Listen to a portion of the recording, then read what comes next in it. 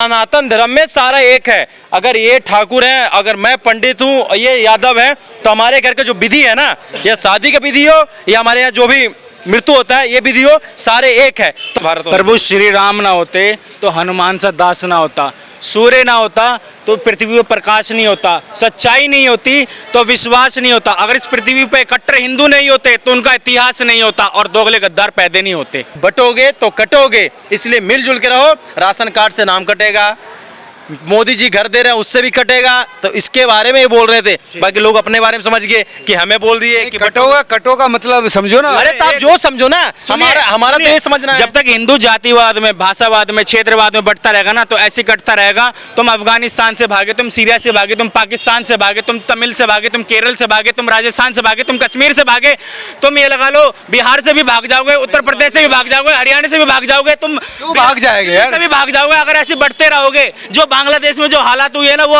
भारत देश के अंदर में भी हो सकता है। ये योगी जी ने जीता जागता जो बांग्लादेश में जो बांग्लादेश फाइल है, ठीक है, वो चीज बताई है, कोई गलत चीज नहीं बताई है। किसी धर्म को लेके उन्होंने गलत बात नहीं बोला, हिंदुओं को एकजुट होने के लिए बात बोला है। अरे हम घर परिवार में अगर हम इकट्ठे चार भाई नहीं रहेंगे, अलग अलग रहेंगे, कट के रहेंगे, तो क्या घर वाले हमें समझाएंगे नहीं कि भाई एकजुट होके रहो या कट के रहो? चार उंगली, पांच उंगली एकजुट रहना चाहिए ना, ठीक है। ये लगा लो अगर एक एक उंगली कट जाएगी तो हमारा हाथ सुरक्षित रहेगा? क्यों कट जाएगी ना?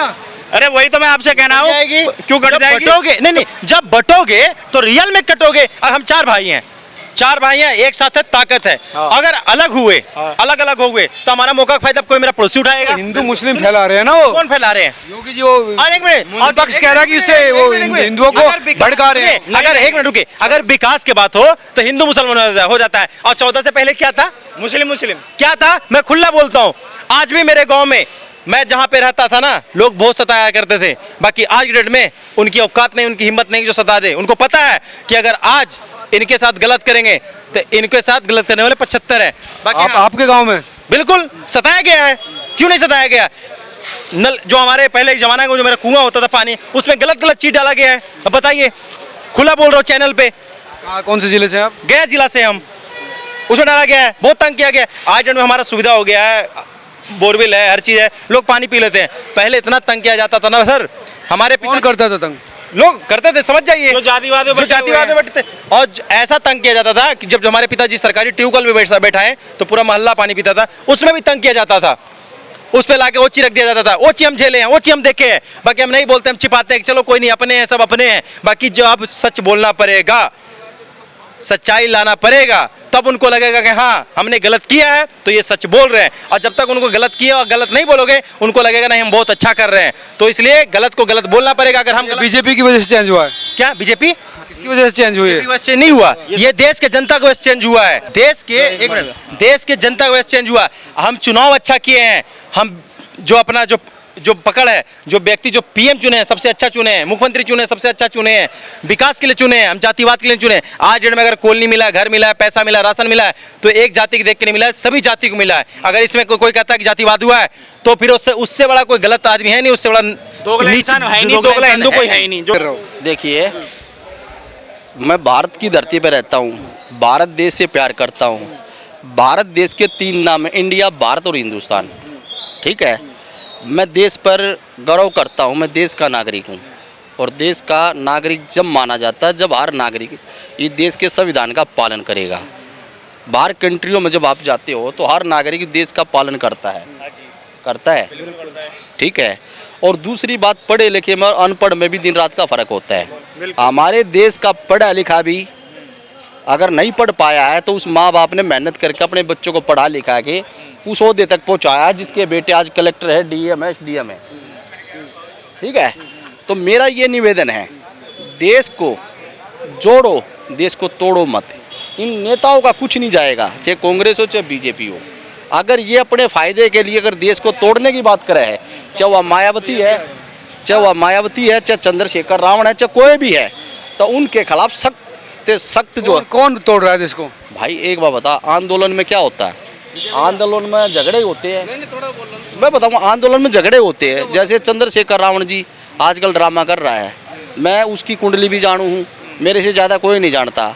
मैं क्या हूँ, वो क्या है, मैं सब जानता हूँ। मैंने चंद्रशेखर रावण का कभी समर्थन नहीं किया।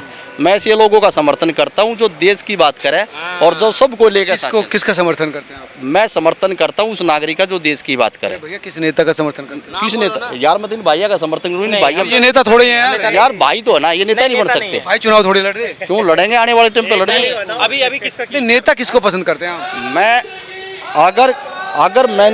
अगर किसी का समर्थन किया ही देश में है, एक तो मैंने जयललिता का किया है, अरे सुनिए मेरी बात, मैं जो और एक अगर मैं समर्थन करता हूँ पढ़े लिखे बुद्धिमान आदमी का, जो बात को तोलकर एकदम पासा भगाता है, सुब्रमण्य स्वामी।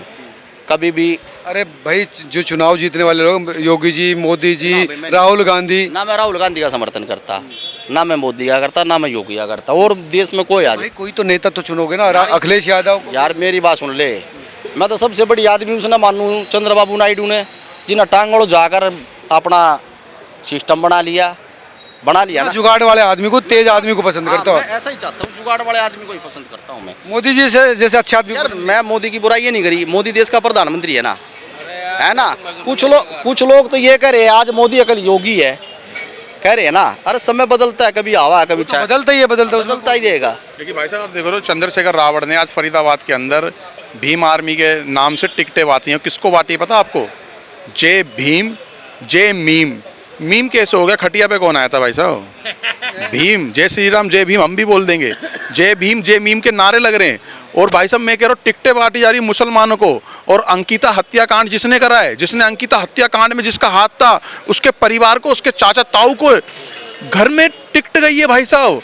तो सोचो कि चंद्रशेखर रावण हरियाणा में फरीदाबाद में बता रहा हूँ, और चंद्रशेखर रावण एक जातिवाद का मतलब कि सागर को एक सागर होता है जिसको जातियों में बांट कर बूंद बूंद कर करके जिस तरीके से चंद्रशेखर रावण एक काम कर रहा है, दलित कार्ड खेल रहा है। दलित कार्ड में दलित लोगों को समझ ही नहीं आ रहा कि कार्ड क्या खेल रहा है।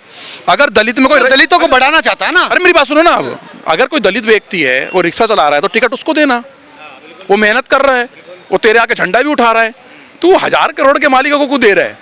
क्यों दे रहा भाई टिकटें? उनको बेवकूफ समझ रखा है क्या? तो चुनाव में पैसे भी तो खर्च करने वाला चाहिए ना आदमी। अरे पैसा भाई साहब सुनो, जो सच्चा आदमी होगा ना, वो जिस तरीके से एक आया था भारत के अंदर ठग, समझ गए भाई साहब कौन? केजरीवाल आया ना यहाँ पर, मुख्यमंत्री है भैया। अरे सुनो ना यार, तभी तो जेल में पड़ा हुआ। सुनो मेरी बात सुनो, उसने भी तो एक भाई साहब आम आदमी और झाड़ू का चिन्ह लेकर के लोगों को लगा माता बहनों को वाक्य में झाड़ू लगेगी। और इस तरीके से उसने क्या करा भाई साहब? उसने करा क्या है? केजरीवाल ने बहनों के लिए 9 ठेके खोल दिए दिल्ली के अंदर पिंक के नाम से, और मोहल्ला क्लिनिक खोल दिया हर 9.5 किलोमीटर दायरे में एक मोहल्ला क्लिनिक।